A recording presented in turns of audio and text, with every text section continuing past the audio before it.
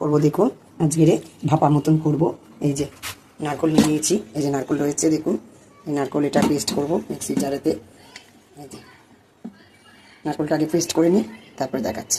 Tomato, আদা, রসুন, কাঁচা লঙ্কা, ওই চিংড়ি মাছের টাই দেবো, সেটা পেস্ট করে নিচ্ছি। এবারে যে ভাপাটা করব, এই যে পেঁয়াজ কুচা দিয়ে দিলাম, নারকলে বাটা, তারপরে দিয়ে দিচ্ছি আদা রসুন বাটা, টমেটো সব বাটা, তারপরে দিয়ে দিচ্ছি সর্ষে, দিয়ে দিচ্ছি এর মধ্যে স্বাদ মতন লবণ, তারপরে দিয়ে দিচ্ছি একটু কাশ্মীরি লঙ্কার গুঁড়ো, তারপরে দিয়ে দিচ্ছি হলুদ,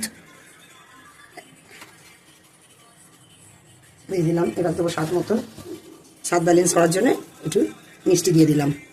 এবার দেবো এর মধ্যে সর্ষের তেল,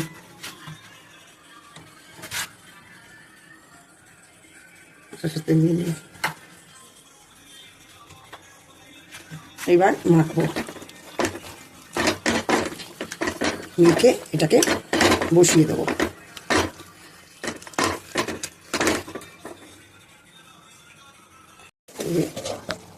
দেখুন হয়ে এসেছে। এই কাঁচা লঙ্কা চিড়ে দিয়ে দিচ্ছি,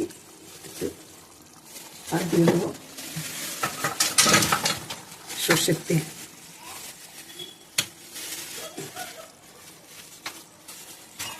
এই যে চিংড়ি মাছটা রান্না হয়ে গেছে দেখুন।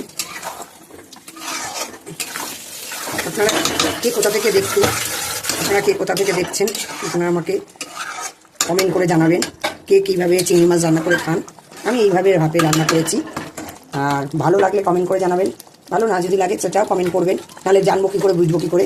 কমেন্ট করবেন আর আমার পাশে থাকবেন, আমাকে বেশি বেশি করে শেয়ার করবেন, লাইক করবেন। আজকে এই পর্যন্ত, টাটা।